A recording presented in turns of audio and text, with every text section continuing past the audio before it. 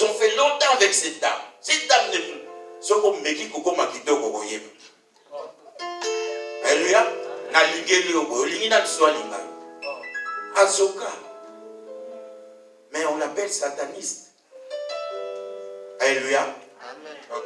On va aller vite parce que, bon, comme je vous ai dit, je n'ai pas pris la parole en temps.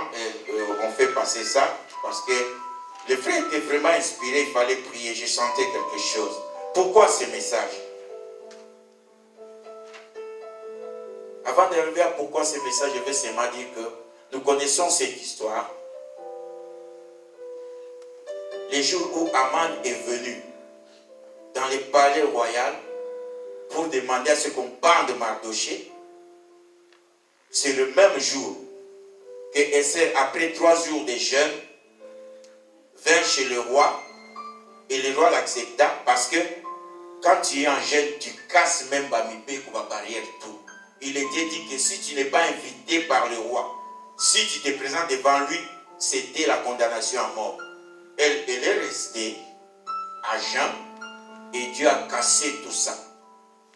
Alléluia. Amen. Proverbe 21, verset 1 dit: le cœur du roi est dans la main de Dieu comme un courant d'eau. Il lui donne les penchants qu'il veut. Je ne sais pas si vous comprenez ce que ça signifie. Donc, quand un roi est là, son cœur, c'est Dieu qui va lui dire de t'aimer ou de ne pas t'aimer. De t'accorder sa grâce ou pas. Et ici, il s'est fait que Dieu toucha le cœur du roi qui accepta à ce que Esther puisse venir le voir sans invitation. Et le signe, c'était qu'il devrait étendre le bout de son sceptre, donc de sa canne. Si tu tiens ça, c'est que tu accordes la faveur. Dis, hey, ma reine, qu'est-ce qui t'apporte ici? Dis non, je vais faire un festin. Mais je veux que tu amènes aussi Aman. Aman écouta ça. Aman écouta, mais j'ai oublié une chose. Pendant que Aman était devant la porte du roi, il a entendu un complot contre le roi. Il y a 2 eunuques. Les eunuques, c'est-à-dire ceux-là, aux sous moi, c'était moi la tête, donc tu dois mourir pour le roi sans femme, sans enfant. On les appelle des eunuques. Tu dois les choisir. Ils ont comploté pour renverser le roi. Aman l'a appris. Il a dit à Esther quand Esther était devenue reine, et Esther l'avait dit au roi. Et on a écrit ça sur le livre des souvenirs qui s'appelle des Annales. Alléluia. Et puis, on lui a rien donné. Alors, après des temps, comme je dis, Aman devrait être avec le roi au festin d'Esther. Et quand ils sont arrivés, le roi demanda à Esther, qu'est-ce que tu veux, ma chérie? Il dit, ok. Je vais te dire ça après. Je vais te dire ça après. Mais je voudrais vraiment que nous soyons seuls à seuls. Soyons seuls à seuls. Aman aussi sera là et on va se parler. Ça sera bien sûr autour d'un autre festin. Le roi dit ok. Le roi, pendant qu'il est rentré au palais, Aman est sorti.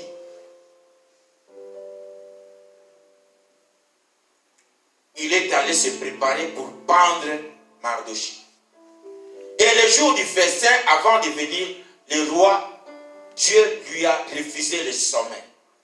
La Bible dit que le roi fut agité. Il ne trouva pas sommeil cette nuit-là avant la fête avec Aman et Esther. Il dit, mais qu'est-ce qui se passe? Il prit les annales. Il lut cela. Et il trouva là où on avait écrit les prouesses de Mardoché qui lui avait sauvé la vie. Il vit l'histoire de Mardoché qui a déjoué une conspiration contre lui, donc on devrait lui faire un coup d'état.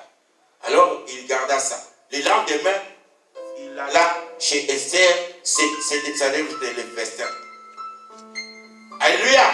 Amen. Alors, Aman vint pour dire au je voudrais faire pendre celui-là qui incite ce peuple à ne pas t'obéir, à ne pas obéir à ta loi.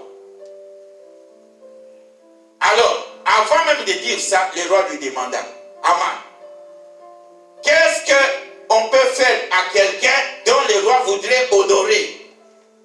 Aman s'est dit dans son cœur, mais ça peut encore être qui sait, ce n'est pas moi qu'on veut honorer. Alléluia.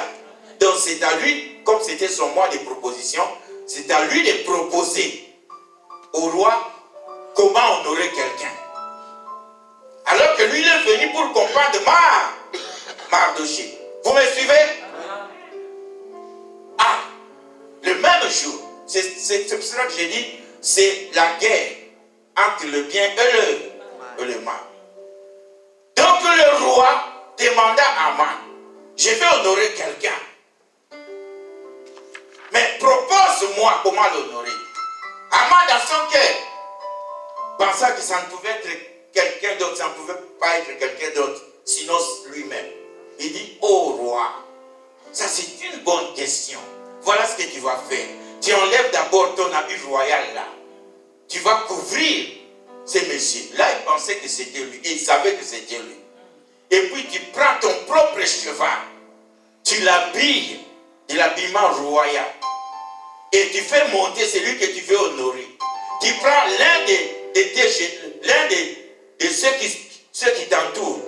Celui-là qui va tenir le cheval et qui va crier dans la ville. Voici comment le roi honore. Voici comment le roi traite celui qui veut honorer. Voici le roi. Comment le roi traite celui qu'il veut honorer. Voici comment le roi traite celui qui veut honorer. Il pensait que c'était lui qui devrait être sur le cheval. Alléluia. Amen. Alors le roi dit, oh ça c'est une bonne proposition. Tout de suite là, tu le fais à Mardochée. Alléluia. Alléluia. Amen. Tout de suite là, donc il a tout fait pour ne pas faire pipi. Parce qu'en ce moment-là, je me demande, vous êtes venus pour dire que, lisez seulement cette histoire. Moi, ça m'a fait rigoler, mais ça m'a fait réfléchir. Donc, le même jour qu'il est venu pour qu'on parle de Mardochée, c'est ce jour-là que lui, il devrait tirer Mardochée sur un cheval. Alléluia. Gloire à toi, Jésus. La haine. La haine contre l'enfant de Dieu. La haine contre toi. Et vos tombes là. Ne perds pas ton identité. Amen. Fais ça. Et il lui prie. Mardochée, donc, comment on appelle ça? C'est là qui s'accate. Donc, là qui s'accate à tout à matin à cheval. Alléluia. On lui fait porter l'habit royal avec la couronne. Et c'est Mardochée qui a tenu le cheval pour faire le tour de la ville, crier Aman. C'est Aman qui tient le cheval. Ce cheval monté par Mardochée, son pire ennemi, qui, dans quelques instants, il allait déjà le faire périr avec non seulement lui, mais tout son peuple Israël. Et maintenant, regarde comment, si ce n'est Baruch à 9, donc, ah, mon Dieu, ça, j'aime cette histoire. Dieu est Dieu. Reste enfant de Dieu. On ne pourra rien te faire. On ne te touchera pas, sauf si toi-même tu ouvres la porte. Mais on est sur la haine, nous parlons de la haine. Alors, maintenant après cela, il y a eu la fête. Le roi et Aman étaient avec Esther. Le roi demanda, bon, maintenant parle-nous parce qu'il ne fait que répondre. Il dit, bon, ok, je vais seulement te demander une grâce. Est-ce que tu peux m'épargner la vie au roi?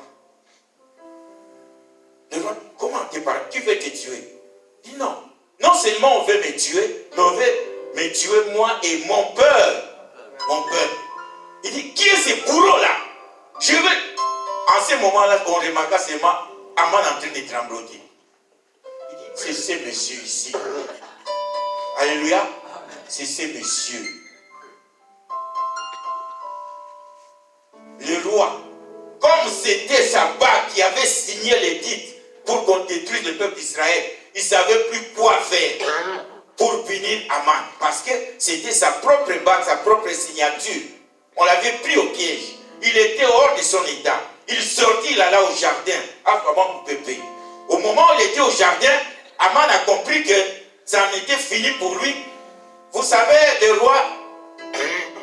les lits des rois et des reines, c'était au salon là. Hein? Et Esther est restée sur les lits. Le roi est sorti, très très furieux. Et quand il est revenu, il a trouvé Aman sur Esther. Ce n'était pas pour la violenter, mais c'était pour la supplier. En tout cas, lui qui s'en va, pardonne-moi. Vraiment, tu peux m'épargner.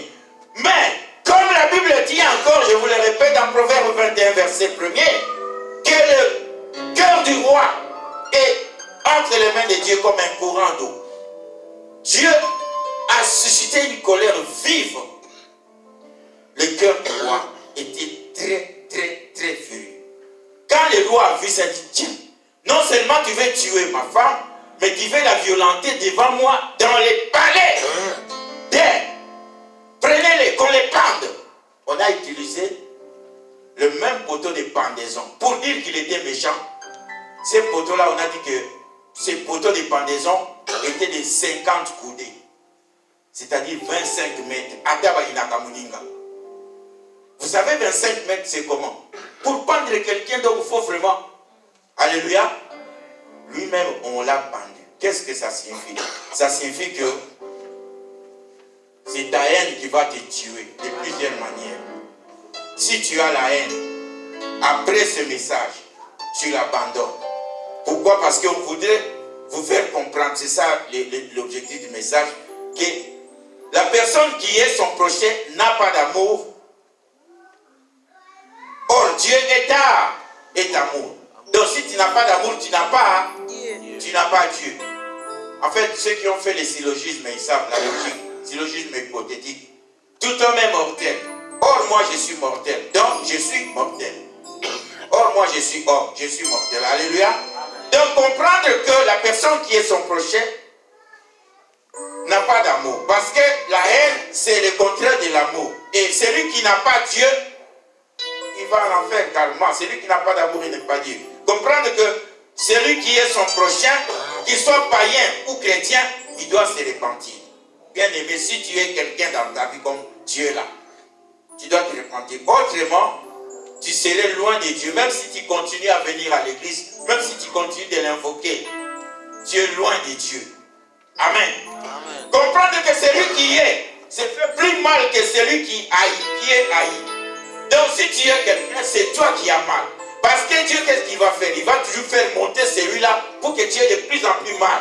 Au Bélalokika, je ne sais pas moi, estomac ou hypertension. Parce que Dieu va continuer à l'élever, à le bénir pour que tu aies de plus en plus mal.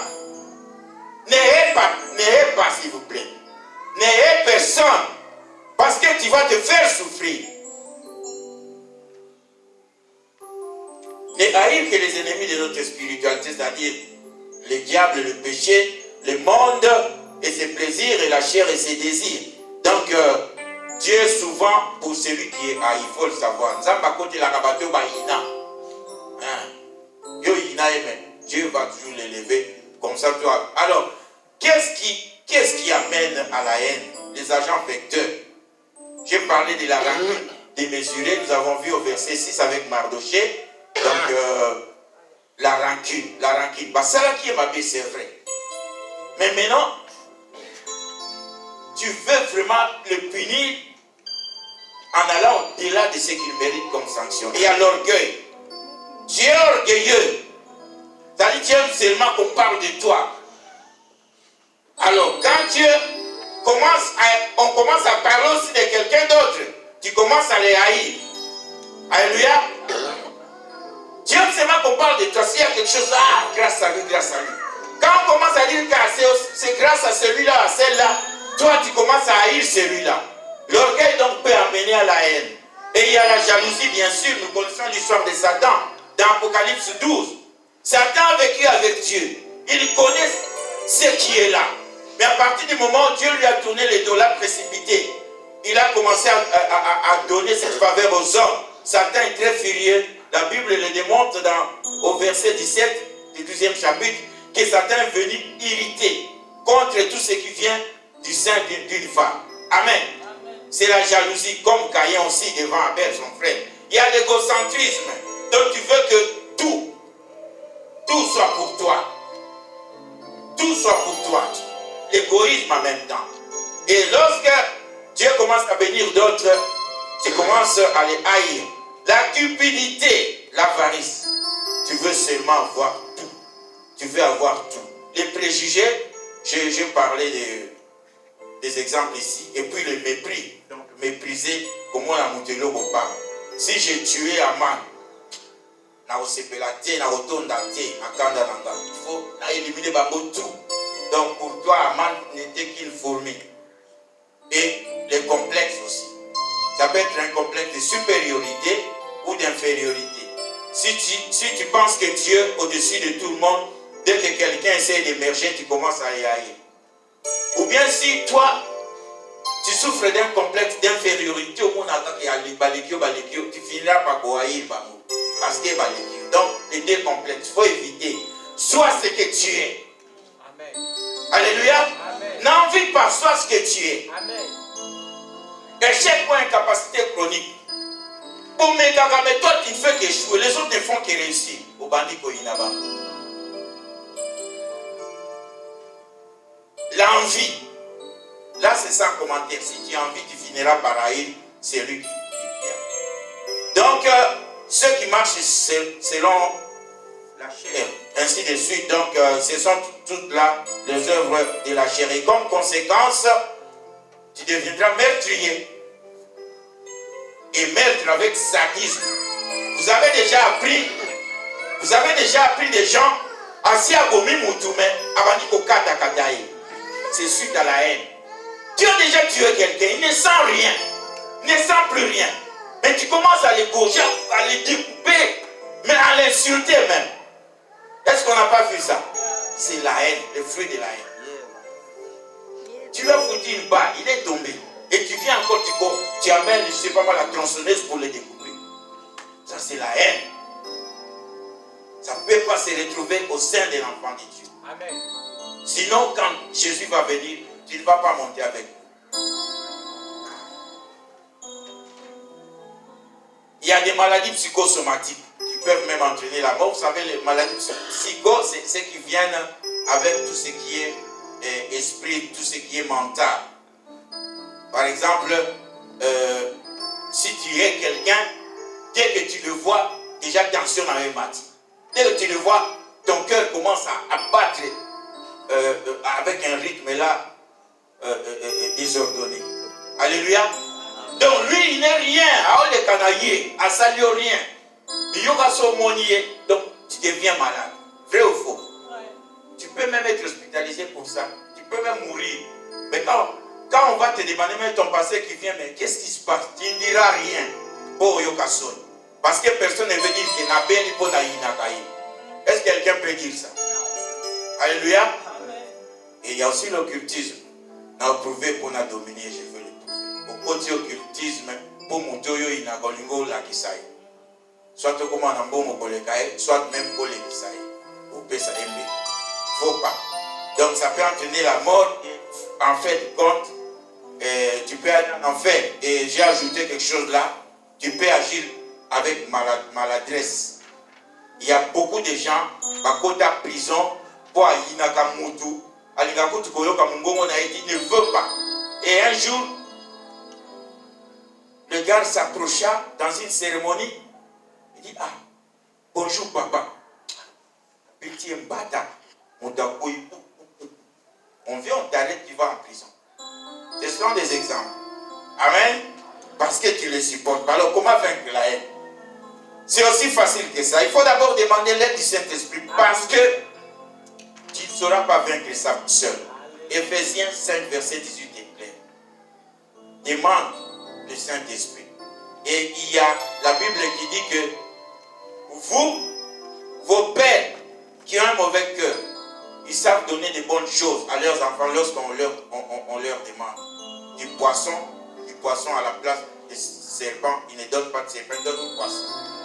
Ils donnent du pain au lieu de la pierre à la place du pain demandé, ils sont mauvais. Mais à combien plus forte raison, votre Père qui est dans les cieux vous donnera le Saint-Esprit. Ici, on a bien parlé du Saint-Esprit. Si vous le lui demandiez. Donc, c'est ça, demandons le Saint-Esprit. Et quand on a le Saint-Esprit, marchons selon cet Esprit Saint. Alléluia. Galates 5, verset 16 à 17 nous dit, marchons selon l'œuvre et nous n'accomplirons pas les œuvres de l'âme. Okay. Or, la haine, c'est une œuvre de la chair. Alors, à part ça, il y a un passage que j'aime beaucoup, c'est dans 1 Timothée 6, de 7 à 10. On nous dit de nous contenter de ce que nous avons. Amen. Alléluia. Amen. Amen. Il ne faut pas dire, ah, il fallait dans quoi, papa Pascal, dans maman Béa, dans papa David. Non. Parce qu'il ne faut pas oublier qu'il y a des gens, mais toi qui penses que tu, oh non, il fallait dans papa m'expert. Non. Alléluia. Amen. Reste ce que... Est-ce que Dieu peut commettre une erreur? Non. Sois toi, comme j'ai l'habitude de dire. Sois toi, donc, Zala You. Sois comme Paul. Je sais vivre dans l'abondance, je sais vivre dans la misère. Tant aujourd'hui, au vivre aux Obamanza. Les autres Baksabanzé, le troisième, quatrième. Moi, j'ai toujours dit, c'est peut-être ça la raison chez les Guinois. Il est fidèle parce qu'il n'a rien. Alléluia. Donc, nous allons. En conclusion, Dieu nous dit dans Matthieu 5, verset 44, mais moi je vous dis, aimez vos ennemis. L'ennemi, c'est ce qui te veut du mal, même la mort. Si tu parviens déjà à l'aimer, c'est que tu as déjà vaincu la haine. Bénissez ceux qui vous maudissent. Faites du bien à ceux qui vous haïssent. Priez pour ceux qui vous maltraitent et qui vous persécutent. Moi, en tout cas, je dois être sincère. J'ai pardonné à tout. Même ici à Colombie. J'ai été malmené, mais j'ai pardonné. Je voudrais que tu le fasses. C'est-à-dire, quand tu regardes tu n'as personne que tu es. Amen. C'est ça un enfant de Dieu. Amen. Alléluia. Amen. Mais toi, il faut prier pour ceux qui te haïssent. C'est la Bible qui le dit. Il faut prier. On va faire une prière de 3 minutes. On peut se mettre debout. Comme ça.